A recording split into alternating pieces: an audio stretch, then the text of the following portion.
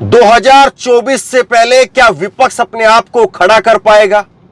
2024 से पहले क्या विपक्ष अपने आप को नरेंद्र मोदी के मुकाबले, बीजेपी के मुकाबले, आरएसएस के मुकाबले अपने कार्यकर्ताओं की, अपने कैडर की फौज वो खड़ा कर पाएगा?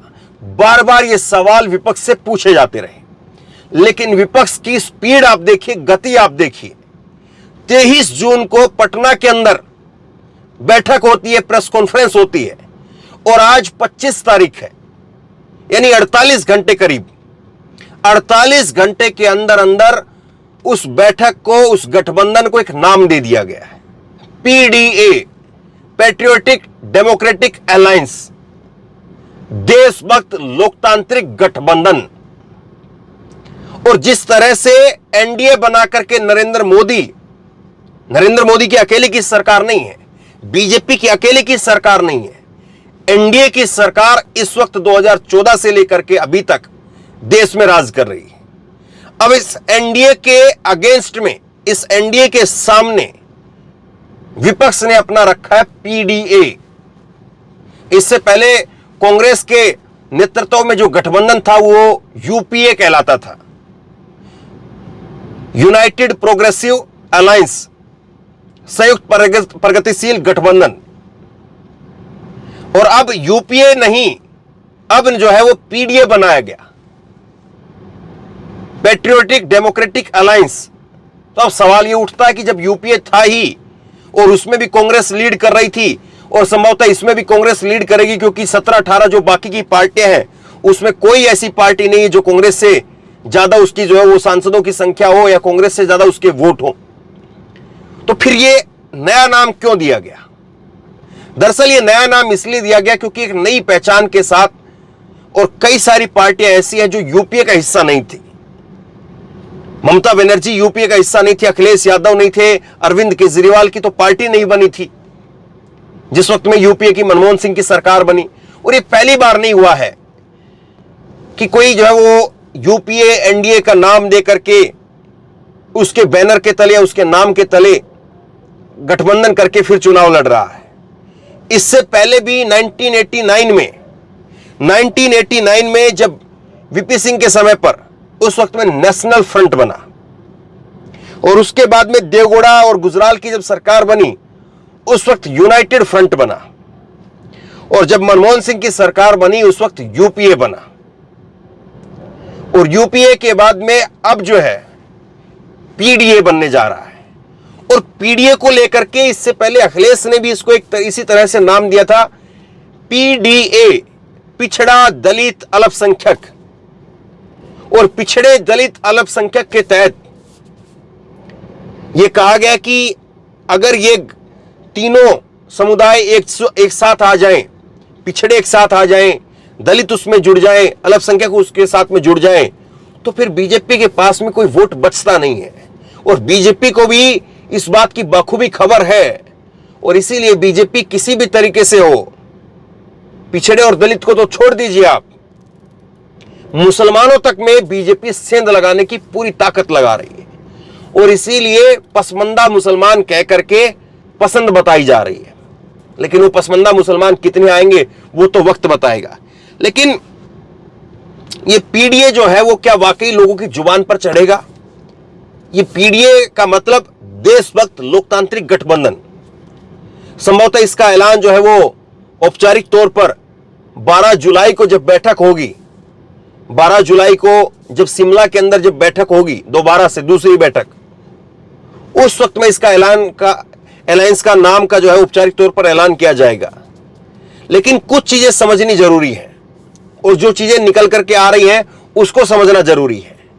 एक नई पहचान जो है वो इसलिए भी जरूरी है क्योंकि जिस तरह से यूपीए के समय पर कांग्रेस ने एक नई पहचान दी थी, और उस वक्त में मत भूलिए कि अटल बिहारी वाजपेयी, आज नरेंद्र मोदी अटल बिहारी वाजपेयी की शख्सियत के मुकाबले कहीं ठहरते नहीं हैं, लेकिन उस वक्त में यूपीए बना करके सोनिया गांधी ने जिस तरह से मनमोहन सिंह की सरकार बनवाई, और 10 साल तक वो सरकार चली, और पहली सरकार जो बनी, दूसरी सरकार उससे मजबूत बनी। 2004 में जो जीत हुई, 2009 में उससे बड़ी जीत हासिल करी। तो क्या उसी तरह से उसी तर्ज पर जो है कांग्रेस भी चाह रही कि हाँ कुछ नया आए, लोगों को वो पता चले कि हाँ कुछ नई बात हो रही है, नया एक गठबंधन बन रहा है। और अब जो है वो चिंता दो तरफ खड़ी होगी।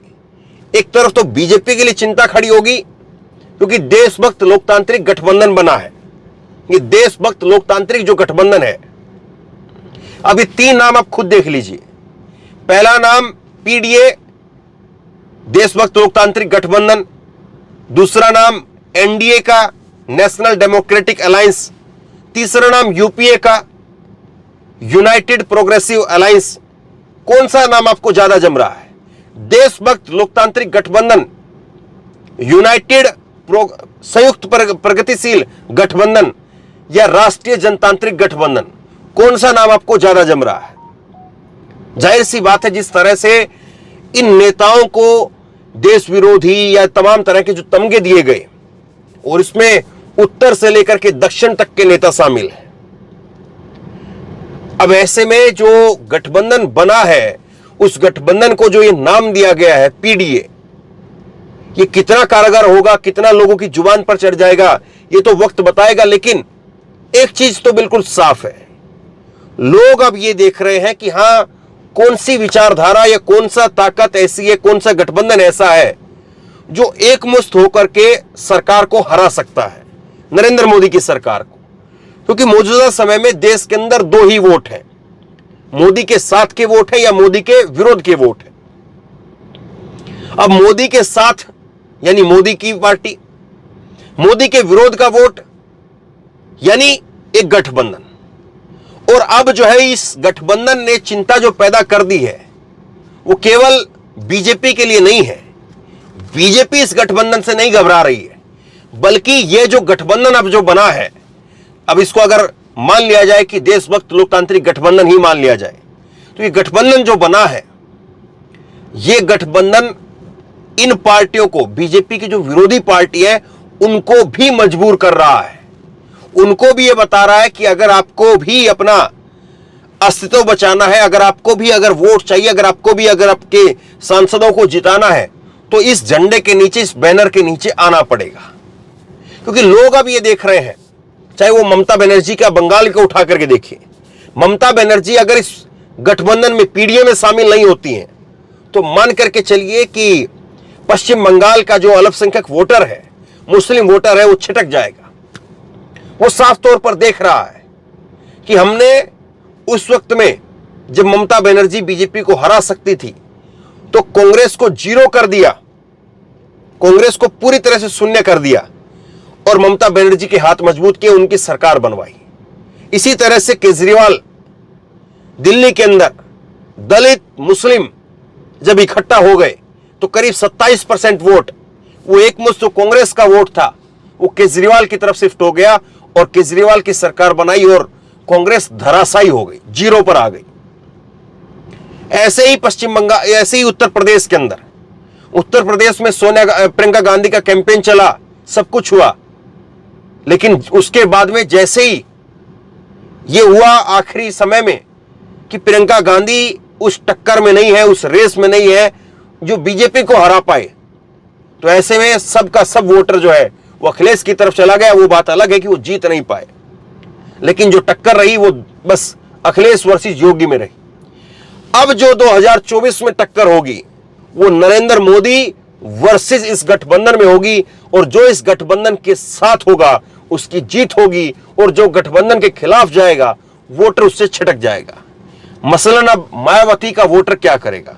मायावती के पास में जो 20-22% का वोटर हमेशा से रहा है, अगर मायावती इस गठबंधन में नहीं आती हैं, हो सकता है कि बहुत सारे लोग कहते हैं कि आखिरी वक्त में मायावती जो है वो पत्ते खोल दे, तब तक आखिरी वक्त तक, क्योंकि एजेंसियों का दबाव है, तब तक जो है मायावती सामने ना आए। लेकिन जैसे ही आखिरी वक्त आए तो हो सकता है कि मायावती जो है वो पत्ते खोल करके और नरेंद्र मोदी का खेल खराब कर दे, बिगाड़ दे, और उसके बाद में मायावती भी इस गठबंधन में शामिल हो जाए।